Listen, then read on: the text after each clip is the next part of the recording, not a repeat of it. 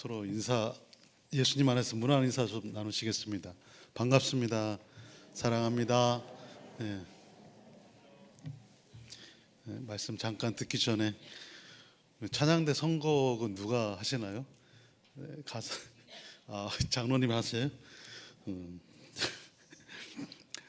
설교 이렇게 본문 읽어보지 않았을 텐데 찬양대 말씀하고 노래 찬양하고 너무 매치가 돼가지고 제가 은혜를 더 받는 것 같습니다.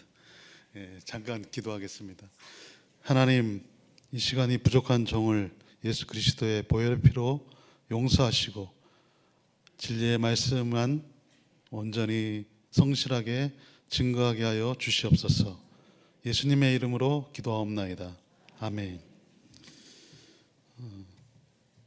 오늘 우리가 신명기 5장 말씀을 읽었는데요, 한 부분만. 하나님께서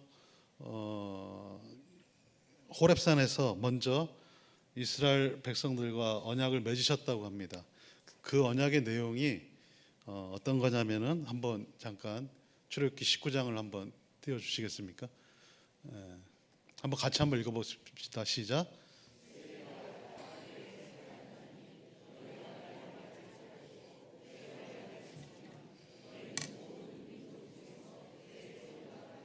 육 절.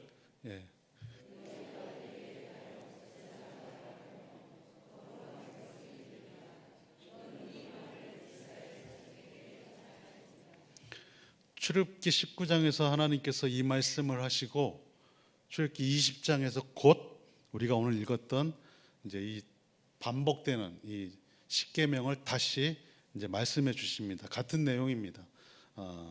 그러니까 십계명을 법을 주신다고 할 때 목적이 있었죠. 목적이 뭐냐면 아까 우리가 읽었던 세상 나라가 내 소유가 되고 너희가 제사장 나라가 돼서 이 세상 가운데 제사장 나라가 됩니다. 그래서 하나님의 빛을 드러내게 하시는 목적으로 사실은 이 계명을 주셨다라고 하는 사실을 먼저 기억하고 말씀을 듣겠습니다. 노아에게는 세 아들이 있습니다. 첫째 아들이 누구죠? 셈, 함, 야벳.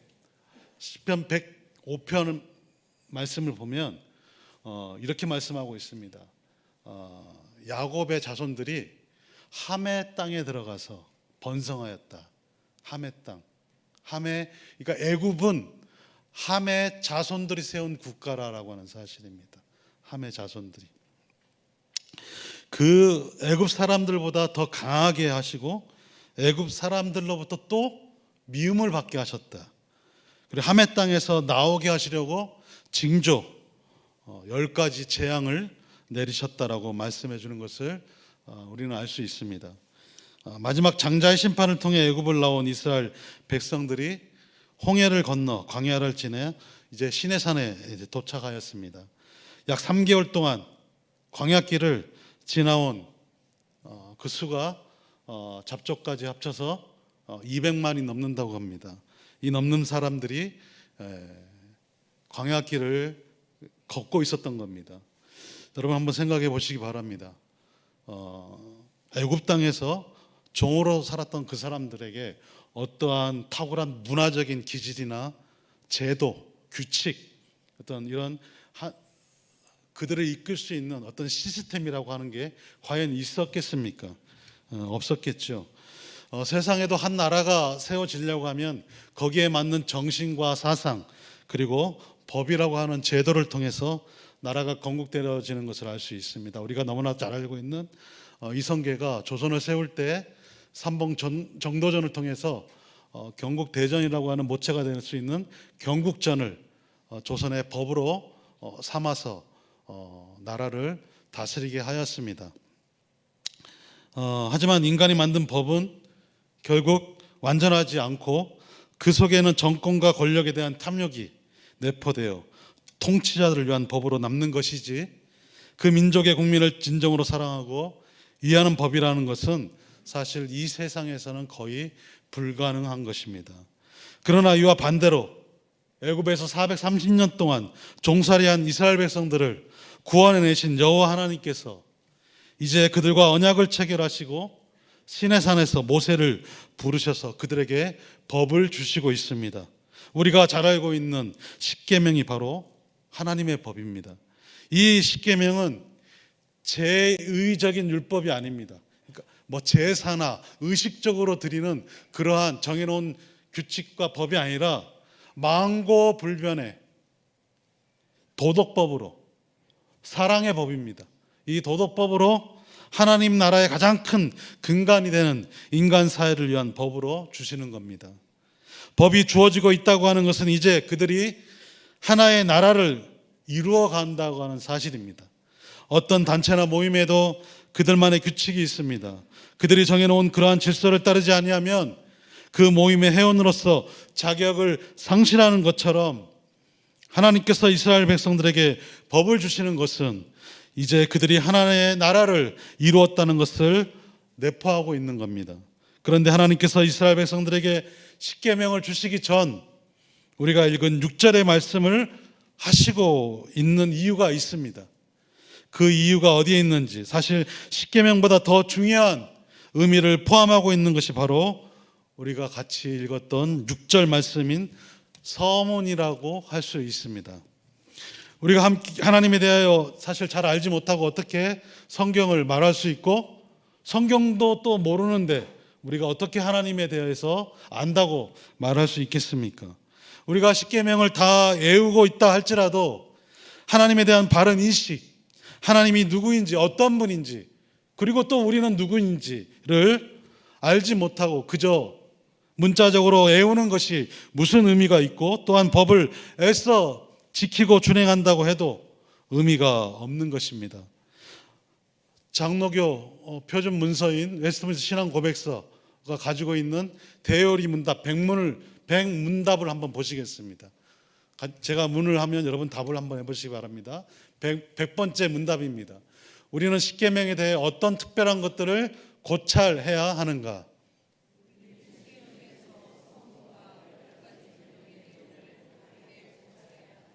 배워야 한다는 거죠. 그러니까 우리가 십계명에 대해서 배울 때 어떤 거를 배워야 하느냐? 바로 서문, 우리가 읽었던 6절 말씀과 그리고 그 다음에 나오는 이제 10가지 계명들을 배워야 한다라고 하는 사실입니다. 오늘 우리가 읽은 6절의 말씀인 십계명의 서문이 왜 중요한지 그 이유에 대해 간략하게 말씀을 드리면 이렇습니다. 이 서문은 십계명이 없어서는 안 될 본질이기 때문입니다. 이 서문이 없으면 다음으로 나오는 10가지 계명이 의미가 없습니다. 이 서문은 우리가 10가지 계명을 왜 순종해야 하는지에 대한 이유입니다. 이 서문은 하나님께서 우리의 구원에 대한 절대적인 주권을 보여주시면서 하나님이 어떤 분인지를 보여주는 말씀입니다. 우리 주일학교 아이들에게 단순히 10가지 계명만을 외우게 하면 안 됩니다. 만약 서문을 생략하고 이 10가지 계명만을 외우고 가르치는 것은 아주 큰 실수입니다. 저나 여러분들이 십계명을 외운다고 할 때 사실 저도 마찬가지였지만 이 서문을 빼고 다 외우죠. 십계명이 뭡니까? 라고 하면 제1계명부터 그냥 바로 외우지 않습니까? 하나님 외에 다른 신을 섬기지 말라. 그죠? 이렇게 시작하죠. 근데 십계명을 외울 때 이 서문, 나는 너희를 애굽 땅 종되었던 집에서 인도해낸 너의 하나님 여호와라 라고 하는 이 서문을 빼고 외운다면은 세상 말로 말하면 안고 없는 찐빵이나 마찬가지입니다. 그만큼 중요하죠. 그러므로 하나님께서 이스라엘 백성들에게 있어서 어떤 분이신가를 나타내고 있는 부분이 바로 우리가 섬기는 하나님이 어떤 분인지를 알 수 있는 겁니다. 지금부터 저와 여러분들은 하나님과 이스라엘 백성들과의 관계를 통해 하나님이 누구이시며 이스라엘 백성들, 즉 우리는 누구인가를 배우게 될 것입니다. 먼저 하나님께서 언약을 체결하시고 그들에게 법을 주시고 있는 이 이스라엘 백성들의 모습은 어떤 모습입니까? 말씀에서 하나님은 이스라엘 백성들이 애굽에서 종되었던, 다시 말해 노예라고 하시고 있습니다. 그들은 한마디로 노예로 있었던 사람들입니다. 사실 그들은 애굽의 바로의 종으로 고센 땅에서 목축을 하며 큰 민족을 이루게 되었습니다. 그런데 말이 민족이지 그들은 짐승들과 함께 사는 그런 천하고천한 종의 삶을 살아가고 있었습니다. 그들의 삶이란 정말로 육체의 노동으로 인한 고통과 고통 가운데 삶을 살아가고 있었던 사람들이었습니다. 당시 종이라고 하는 신분은 인간으로 여겨지는 것이 아니라 짐승처럼 여겨지는 일종의 재산상의 가치만이 있었던 그러한 존재들이었습니다. 종은 인간으로서 대접을 받지도 못하고 인격적인 관계마저도 이루어지지 못한 존재들이었습니다. 한번 종이 되면 자신뿐만 아니라 그들의 후손들마저도 평생토록 종으로 전락되어 살아가는 것이 그들의 모습이었습니다. 인도의 카스트 제도, 그 제도가 그들만의 것이 아니라 바로 우리들의 것이었다고 하는 사실입니다. 조선시대 때 과거의 우리들의 조상들의 모습을 보십시오. 여러분, 집권자들은 얼마 되지 않았습니다. 거의 70% 이상이 다 종들이었습니다. 평민들이었고 종이었습니다. 여러분, 자유가 없었던 것이죠.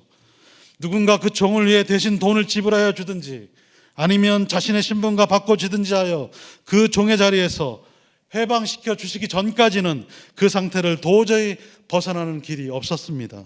이러한 신분이 바로 종입니다. 이러한 종의 제도는 사실 하나님의 창조 원리에 있어서는 안 될 일입니다. 하나님께서 세상을 창조하시고 인간을 세워 그 통치를 이루어가게 하셨을 때 인간이 인간을 짐승처럼 만들고 여겨 다스린다고 하는 이러한 제도는 하나님으로부터 나온 제도가 아닙니다. 하나님께서 인간을 창조하실 때 인간은 하나님으로부터 받은 독특한 인격을 갖고 자유자로 인생을 경영해 나가는 자유를 가진 존재였습니다. 그러므로 사람은 아무도 타인을 지배하거나 자신의 재산과 같이 여기는 취급을 당하는 소유물이 아닙니다. 그러나 아담이 범죄한 이후 사람들은 사탄의 종으로 전락되고 사탄의 지배를 받게 되었습니다. 이러한 지배 원리가 바로 죄로 인해 생겨난 겁니다. 우리가 최근에 현대사회에서 가장 안 좋은 문화 중에 하나가 갑질 문화라고 하지 않습니까? 갑질? 어떤 자리에 포지션에 있으면 내가 그것을 가지고 갑질을 한다는 거죠. 이것은 전형적인 죄악의 문화입니다. 성경을 보면 이러한 지배 원리의 모습이 바로 나타나는데 바로 가인과 아벨의 제사를 통해 나타난 인간의 탐욕스러운 모습입니다. 우리가 잘 알고 있는 가인과 아벨의 제사 가운데 하나님께서 아벨과 그 제사를 받은 사건을 보면서 우리는 알 수 있습니다. 가인의 제사는 거부되었습니다. 그 이유는 가인이 하나님께서 원하시는 그 제사 방식이 아닌 자신의 뜻대로 드리는 제사를 통해 하나님께 나아가려고 했던 것입니다. 결국 하나님은 가인의 제사를 받지 않고 오히려 그의 아우 아벨의 제사를 받았습니다. 여기에서 가인은 자신의 부족함을 동생 아벨을 죽이는 것으로 표출하고 힘의 원리가 드러나는 통치 방식을 나타낸 겁니다. 이후부터 사람들은 하나님 앞에서 선하고 바르게 살아가기보다는 자신의 정당함을 힘으로 나타내려고 하는 힘의 우월주의를 따르게 된 겁니다. 이 힘의 철학이 인간 사회를 지배하게 될 때부터 힘 있는 자는 힘 없는 자를 착취하고 급기야는 인격을 무시하고 인간을 자신의 소유물로 삼는 이러한 노예 제도를 만든 겁니다. 여기에서 잠깐 우리가 믿고 섬기는 하나님에 대한 신앙이 무엇인지 우리는 알 수 있습니다. 저나 여러분이 하나님을 모르고 살아가는 인생으로 살 때는 내 자신이 주인이고 다 내 것이라고 하는 가치관으로 살았습니다. 그런데 우리가 주 예수 그리스도를 나의 구주로 나의 하나님으로 고백하고 믿는 순간부터는 우리는 우리의 삶의 방식이 바뀌게 되었다는 것을 알 수 있습니다. 그것은 다름 아닌 타인을 위한 삶이라고 하는 겁니다. 예수님께서 이 땅에 오신 것은 인자가 온 것은 섬김을 받으려고 한 것이 아니라 오히려 자기 목숨을 다른 사람들을 위해서 대속물로 주기에 섬기려 왔다고 하는 것처럼 바로 예수님처럼 타인을 위해 섬긴다고 하는 신앙의 원리가 자리 잡게 되는 것입니다. 남을 나보다 더 낫게 여기는 것이 바로 우리가 가진 신앙의 정신입니다. 죄악의 삶을 살 때는 어떻게 남을 나보다 더 낫게 여길 수가 있습니까? 그럴 수가 없지요. 그거는 있어서는 안 될 일입니다. 왜? 죄의 습성이 바로 타인을 무시하는 그런 습성을 가지고 있기 때문에, 성격을 가지고 있기 때문에 다 내가 최고지 타인이 최고가 아닙니다. 여러분, 우리 근교에 있는 금산교회라고 하는데 아시죠? 한 번씩 다 다녀오신 줄 압니다. 금산교회 어디에 있나요? 제가 살고 있는 김제에 있습니다.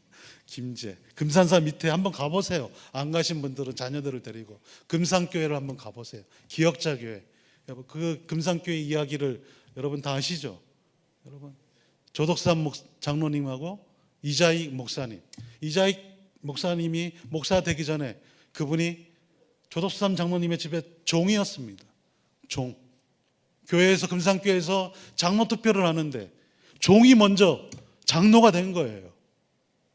조덕삼 장로님의 그 위대함이 뭡니까? 바로 자기 종이 교회에서 장로가 되니 교회에서 순종했습니다. 장로님께. 여러분. 그리고 이자익 목사님이 또 위대함이 무엇입니까? 그가 그의 집에 가서는 종놈으로 열심히 일을 했다는 사실입니다. 자기의 기득권을 말하지 않았습니다. 여러분, 목사는 강단에서 섰을 때만 하나님이 주신 권위를 가지고 말씀을 선포하는 겁니다. 이 강단에서 내려가는 순간부터는 성도들을 지배하려고 하지 않는 것이 목사입니다. 존경하고 섬기고 이해하고 함께 목양하는 것이 바로 목사의 모습이죠. 목사가 권위를 가지고 강단에서 내려가서 자기의 권위를 행사하는 순간부터 그것은 타인을 섬기는 것이 아닙니다. 자기를 위한 것입니다.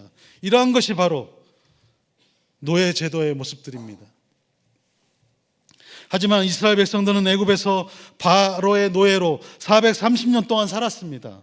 한 민족이 430년 동안 노예로 살면서 그들만의 독특한 신앙을 가지고 있었다는 것은 놀라운 일입니다. 사실 우리나라가 일제 36년 동안 일본의 말과 일본의 문화와 그런 사상들을 가지고 우리 조선의 정신을 다 잃어버렸던 것처럼, 그런데 이들은 430년 동안 그렇게 하나의 언어를 가지고 하나의 신앙을 가지고 살았다고 하는 사실, 놀랍지 않을 수가 없습니다. 이것부터가 바로 하나님의 은혜이죠. 그들에게 안식과 평안이라는 것은 사실 없었습니다. 단지 육체의 노동으로 늘 피곤하고 지친 고달픈 인생살이가 그들의 몫이었습니다. 하루를 살면서 노동의 대가로 먹을 양식만 받으면 만족하는 그런 인생살이가 그들의 삶이었다고 하는 사실입니다. 그런데 이스라엘 백성들이 이러한 종의 신분에서 벗어나게 된 겁니다. 그것도 자신들이 반정을 일으켜 어떤 혁명을 가지고 온 것이 아니라 오직 하늘에서 하나님께서 그들을 긍휼히 여기시고 그들을 압제자의 손에서 구원해내신 것입니다. 아무런 능력과 힘도 없는, 그리고 특별한 어떠한 제대로 배운 지식인들도 없는 그런 집단을 하나님께서 모세 한 사람을 통해서 애굽 땅에서 이끌고 나오신 것입니다. 그렇기 때문에 하나님이 오늘 이스라엘과 언약을 맺는 이 시점에서 왜 굳이 말씀하지 않아도 되는 이 부분을 거듭 언급하고 있는 이유가 여기에 있는 겁니다. 이스라엘 백성들에게 그들이 종의 신분에서 벗어날 수 있는 능력이 전혀 없는 무능한 자들임을 깨닫게 하시면서 이스라엘 백성들이 구원받은 것은 오직 하나님의 은혜였다고 하는 것을 일깨워 주는 겁니다. 이것은 정말이지 인간이 가진 언어로 어떻게 표현할 수 없는 놀라운 하나님의 은혜인 겁니다. 도저히 가망이 없는 그들에게 하나님께서 종의 자리에서 벗어나게 하신 것입니다. 뿐만 아니라 이제부터는 하나님께서 그들의 하나님이 되어주시고 그들을 자기 백성으로 삼아주셨습니다. 그래서 종의 신분에서 벗어나 자유로운 신분이 된 이스라엘 백성들이 이제는 자신들의 자유로운 의사결정으로 하나님과 언약을 맺고 있습니다. 우리가 생각하기에는 하나님께서 이스라엘 백성들을 구원하여 주셨으면 이제 하나님 마음대로 하시면 될 것이라고 여길 수 있습니다.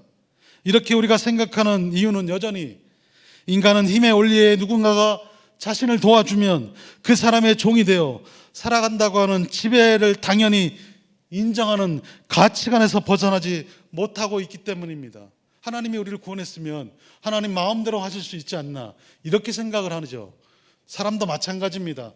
여러분, 어떤 분이 저에게 큰 은혜를 베풀어주고 도움을 주면 저는 그 도움을 받은 그분한테 함부로 할 수 있겠습니까?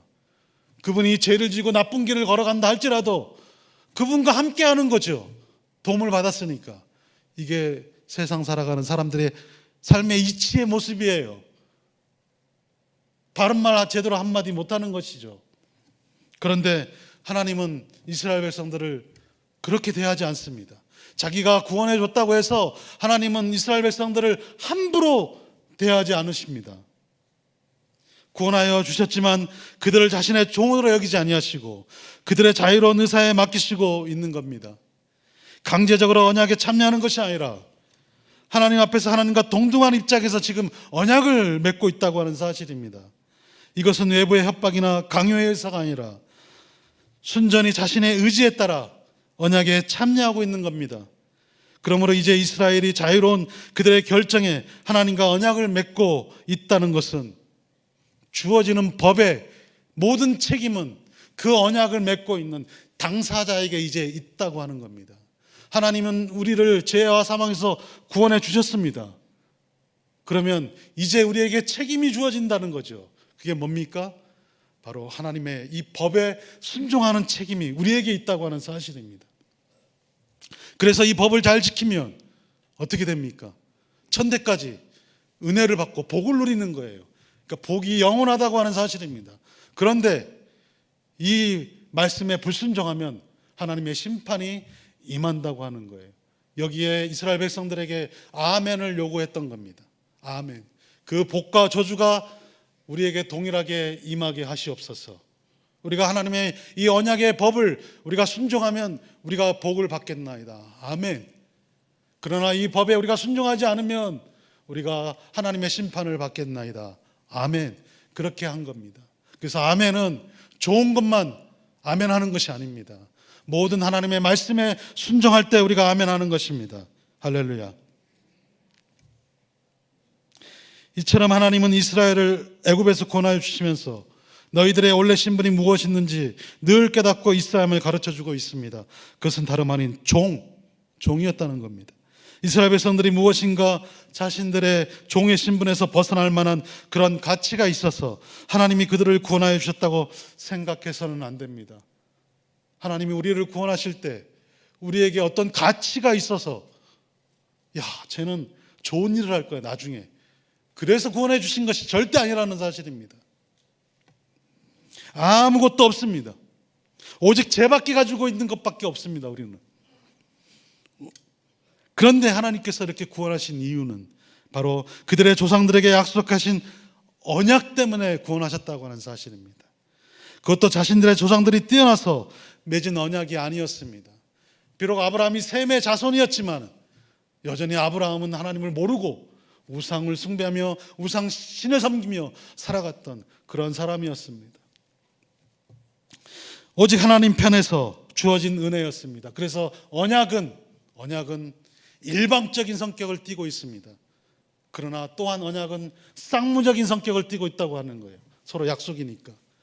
그런데 오늘 하나님이 이스라엘 백성들을 부르시고 그들과 언약을 맺으실 때는 일방적인 은혜만을 베푸시는 거죠. 일방적으로. 하나님께서 십계명을 주시면서 왜 그들의 신분 상태를 언급하시는지 그 이유를 알아야 합니다. 이스라엘에게는 선한 것이 없다는 겁니다. 이것은 우리에게도 똑같죠. 우리가 예수 그리스도를 통해 하나님의 자녀가 된 것은 우리에게 그 어떤 선한 조그만 의가 있어서가 아닙니다. 오직 하나님의 은혜입니다. 우리가 신앙생활하면서 착각하는 것이 있습니다. 우리가 하나님의 말씀에 순종하며 살아갈 때 마치 우리에게 하나님을 섬길 만한 능력이 있어 우리가 하나님을 섬기며 살아간다고 하는 착각. 목사도 착각을 해요. 강단에서 말씀을 전하기 위해 한 주간 준비하면서 말씀을 묵상하고 연구할 때 내가 마치 의로운 사람이라고 생각을 드는 거죠. 착각. 여전히 저는 죄의 종입니다. 죄밖에 없습니다. 선한 것이 저에게는 아무것도 없다고 하는 사실입니다. 오히려 인간은 하나님을 섬기면서 그분의 계명에 순종하면 순종할수록 더욱 교만해지는 경향을 보입니다. 왜냐하면 하나님의 법을 순종하는 것을 내가 하는 공로로 삼기 때문에 그렇습니다. 내가 하나님의 법을, 내가 하나님의 말씀에 순종하니까, 그러니까 내가 교만해지는 거예요. 내가 하니까 이렇게 생각을 합니다. 내가 순종할 수 있는 은혜도 누가 주십니까? 하나님이 주시는 거예요.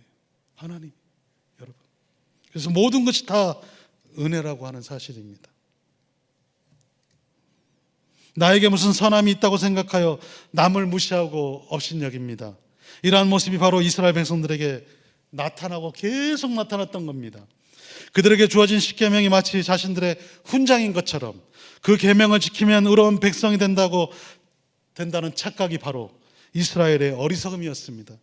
계명을 지켜 의롭게 되는 것이 아니라 이미 그들은 하나님의 은혜로, 그것도 하나님의 어린 양의 피로 애굽 왕 바로의 통치에서 벗어난 것입니다. 이것이 은혜입니다. 그들이 광야에 나와서 이 십계명을 받기 이전에 그들은 어린 양의 피로 구원을 받았습니다. 다시 말해 하나님의 아들 예수 그리스도의 피로 구원을 받았다고 하는 사실입니다. 계명을 지켜서 구원을 받는 것이 절대 아니라고 하는 겁니다. 이 계명을 주신 것은 하나님의 은혜로 구원받은 자들에게 복을 주시려고 주신 겁니다. 세상 나라의 제사장 나라로 세상을 너희의 것으로 삼으시기 위해서 온 천하 만민에게 우리 주 예수 그리스도의 구원의 복된 소식을 알리기 위해서 주신 바로 제도가 바로 이 법제도라고 하는 사실입니다. 우리가 우리의 원래 상태를 잊지 않는다면 우리는 하나님과 사람들 앞에서 늘 겸손할 수가 있습니다. 사실 죄인이 겸손할 수가 있습니까? 겸손 못합니다. 여러분, 우리가 언제 겸손할 수 있을까요? 망할 때 겸손합니다. 실패할 때 겸손합니다. 여러분, 저보다 건강하신 분들도 있을 거예요, 육체적으로. 그런데 질병이 한번 와보세요. 금방 겸손해집니다. 금방. 여러분, 돈이 많은 부자가 겸손해지는 방법이 뭡니까? 망하면 금방 겸손해져요. 여러분, 저는 죄송한데 우리 부목사님들 이렇게 앉아 있는 것을 보면서 저도 부목사 시절에 여러분 겸손이 어디 있습니까? 큰 교회 부목사가 여러분 개척하고 자그마한 시골교회 목사님들 깔보는 거죠. 개척하고 안 되니까 겸손을 배우지 않습니까? 여러분, 사람은 철저하게 이처럼 이기적인 거예요. 자기가 잘 될 때, 자기가 모든 것을 잘 나갈 때 사람은 겸손하지가 않습니다. 정말 망하고 실패할 때 겸손을 배우는 것입니다. 우리가 이런 사실을 잊어서는 안 됩니다. 우리가 이처럼 하나님 앞에서 우리 자신이 종이었다는 것을 알 때, 겸손한 것을 알 때 우리는 우리의 내면 속에서 정말로 하나님을 찬양하고 찬미하는 그 은혜에 감사하는 노래를 부를 수가 있는 겁니다. 이제 이스라엘 백성들이 또한 알아야 할 것이 있습니다. 그것은 하나님이 어떤 분인가라고 하는 겁니다. 애굽 땅 종되었던 집에서 인도해낸 너의 하나님 여호와라고 하는 겁니다. 하나님은 어떤 분입니까? 우리는 어떤 존재였습니까? 종이었습니다. 죄의 종, 본질상 진노의 자식. 우리의 아비가 누구였습니까? 사탄이 우리의 아비였습니다. 우리는 그런 존재입니다. 그런데 이제 그러면 우리를 구원하신 하나님은 누구입니까? 바로 여호와 하나님이라고 하는 사실입니다. 사실 하나님에게는 이름이 없습니다. 하나님은 이름이 있는 존재가 아닙니다. 하나님은 스스로 계신 분입니다. I am who I am. 나는 스스로 있다. 근데 어떻게 하나님의 이름이라고 하는 여호와라는 이름이 주어졌습니까? 이것은 그분의 성품을 말하는 겁니다. 성품. 여호와 이레, 여호와 니시, 여호와 라파, 여호와 샴마. 이것은 하나님께서 어떻게 자기의 인격을 드러내시는가라고 하는 속성, 인격을 나타내시는 용어들입니다. 우리를 위해서. 하나님은 손이 없고 하나님은 눈이 없고 하나님은 팔이 없습니다. 그런데 마치 팔이 있는 것처럼 성경은 눈이 있는 것처럼 귀가 있는 것처럼 표현하고 있습니다. 왜 이렇게 표현하고 있는 겁니까? 우리가 너무나도 연약하니까 신인 동영론적인 표현을 해 주시고 있는 겁니다. 그래서 우상은 사람처럼 만들어진 것이 우상인데 우상은 아무 말도 못하는 거예요. 움직이지도 못해요. 그런데 하나님은 우상이 아니시죠. 마치 우리처럼 보여지지만 사람처럼 표현됐지만 여러분 하나님은 말씀하십니다. 하나님은 인격을 가지고 계십니다. 여러분 그래서 여호와라고 하는 이 이름은 언약의 하나님이라는 뜻이 있습니다. 여호와 언약의 하나님이라는 말입니다. 다시 말해 하나님은 언약을 통해 자신을 나타내시는 분이라고 하는 겁니다. 이스라엘이 애굽 땅에서 벗어날 수 있었던 것은 하나님이 그들의 조상 아브라함과 이삭과 야곱에게 맺은 언약에 신실하였기 때문입니다. 이제 하나님은 계속 신실하실 겁니다. 왜? 자기를 여호와라고 말씀하셨기 때문에 그렇습니다.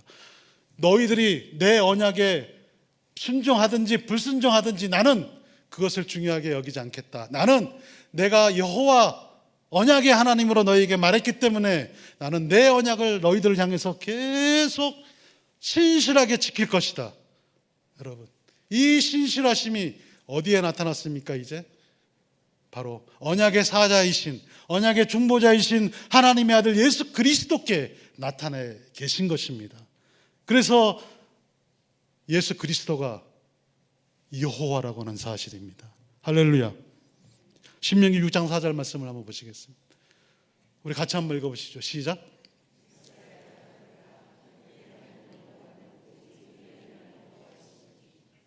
이 개역 개정을 우리가 지금 갖고 있는데 이 번역이 잘못됐습니다. 유일한 전에 개역 한글 성경이 더 잘된 거예요. 하나인 하나라고 합니다. 하나인 하나님이시니 하나인 여호와라고 해요. 이 에하드라고 하는 이 히브리 단어 하나라고 하는 단어는 하나 안에 이 하나라는 의미가 무슨 의미냐? 바로 연합된 하나입니다. 연합된 하나. 성부, 성자, 성령께서 연합되어 있다라고 하는 한 분 여호와라고 하는 사실입니다. 그러니 우리에게 성육신하여 오신 하나님의 아들 예수 그리스도께서는 언약의 사자이시고 언약의 하나님 여호와라고 하는 사실이라고 하는 사실입니다. 이것을 꼭 믿으시기 바랍니다. 예수가 하나님이십니다. 그분이 우리를 자신의 피로 언약의 백성으로 인쳐주셨습니다. 누구든지 그분의 피를 믿으면 하나님의 나라의 친백성이 됩니다. 죄의 종에서 벗어나 하나님의 자녀가 됩니다. 그러므로 우리는 세상의 방식대로 살았던 그런 원리로 이제 살지 않습니다. 힘의 원리로 남을 판단하거나 지배하려고 하지 않습니다. 내가 좀 더 많이 소유하고 있다고 해서 내 형제 자매를 무시하지 않는다라고 하는 사실입니다. 오히려 주님처럼 자신의 생명을 내 것으로 삼지 않고 살아야 합니다. 먼저는 하나님께 우리의 생명을 드려야 하고 다음으로 이웃에게 우리의 생명을 주어 살아야 합니다. 이것이 십계명을 주시기 전 우리에게 명령하시는 하나님의 뜻입니다. 너희에게 향하신 하나님의 뜻이 무엇이냐라고 묻는다면 여기에 대한 답은 우리 자신을 아는 것이고 그리고 하나님이 누구인가를 아는 것이 하나님의 뜻입니다 라고 고백해야 됩니다. 사랑하는 성도 여러분, 오늘 우리가 함께 읽은 십계명의 서문은 우리의 구원은 오직 하나님의 은혜라고 하는 사실을 말씀하여 주십니다. 우리가 죄의 종에서 구원받은 것은 우리 자신에게 어떤 한 공로가 있어서가 아닙니다. 또한 하나님과 우리가 서로 협력하여 구원을 받는 것도 아닙니다. 오직 하나님의 은혜로 죄의 종되었던 집에서 구원을 받은 것입니다. 이제부터 하나님의 자녀가 된 사람들은 구원의 기쁨으로 하나님께서 주시는 사랑의 법인 십계명을 순종하는 겁니다. 구약에서 하나님께서 이스라엘 백성들을 구원하시고 그들에게 십계명을 주신 것과 같이 신약에서도 동일하게 언약의 사자이신 여호와 하나님의 아들 예수 그리스도께서 바로 우리에게도 동일한 이 십계명을 주셨습니다. 하나님을 사랑하고 내 이웃을 내 몸과 같이 사랑하라고 하는 것, 그것도 자신의 피로 우리 마음판에 새겨 주셨습니다. 그래서 이 십계명이 구약보다는 신약 백성인 우리들에게 더 강화되었다고 하는 사실입니다. 강력히 요구되는 삶의 법이라고 하는 거예요. 개혁신학을 한마디로 요약하라고 하라면 사람들마다 좀 다를 겁니다. 학자들도 다르고 목회자들도 다를 겁니다. 어떤 분은 하나님의 절대적인 주권이다. 맞는 말씀이죠. 굉장히 중요한 사상이죠. 그러나 저는 코람데오라고 말하고 싶습니다. 하나님 앞에서. 사실 우리가 하나님 앞에서 살아간다고 하는 것은 말이 쉽지 그렇게 쉬운 것이 아닙니다. 하나님 앞에라고 하는 이 명제를 가지고 살아가는 길이 바로 하나님이 주신 법에 순종할 수 있는 가장 위대한 첩경이라고 볼 수 있습니다. 기회가 주어진다면 계속해서 십계명을 강론할 겁니다. 이 10가지 법이 우리에게 얼마나 큰 은혜인지를 우리는 알 수 있습니다. 문자적으로 십계명을 이해한 것에서 실질적인 신앙의 원리가 무엇인지를 알게 될 것입니다. 우리 하나님 아버지께서 자신의 독생자 아들을 통해 우리를 죄의 종에서 자녀의 의의 자녀로 구원하여 자기 백성 삼아 주셨다고 하는 이 놀라운 사실을 믿으시기 바랍니다. 누구든지 예수 그리스도 안에 있으면 새로운 피조물이 된 것입니다. 이제는 종의 자녀가 아닙니다. 죄의 종의 자녀가 아니라 이제는 의의 자녀가 되었습니다.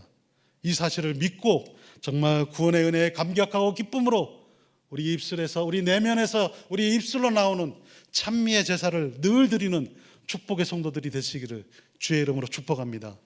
기도하겠습니다. 하나님 아버지, 감사를 드립니다. 오늘 우리가 어떤 신분이었는지를 우리는 잊지 않기를 원합니다. 도와주시옵소서. 그래서 겸손함으로 하나님의 말씀에 순종하고 내 이웃을 내 몸과 같이 사랑하고 남을 나보다 더 낫게 여기는 그러한 신앙의 모습으로 섬김을 가지고 살아가는 신앙의 공동체가 될 수 있도록 은혜를 베풀어 주시옵소서. 예수님의 이름으로 감사하며 기도합니다. 아멘. 사랑과 은혜가 풍성하신 하나님 아버지, 감사를 드립니다. 주님 앞에 사랑하는 성도들이 자신의 생명을 드리고 또 귀한 물질을 드리고 또 하나님께서 주신 이 많은 다양한 달란트들을 다 드립니다. 주님께서 찬송과 영광을 셋에 무궁토록 합당하게 받으시옵소서.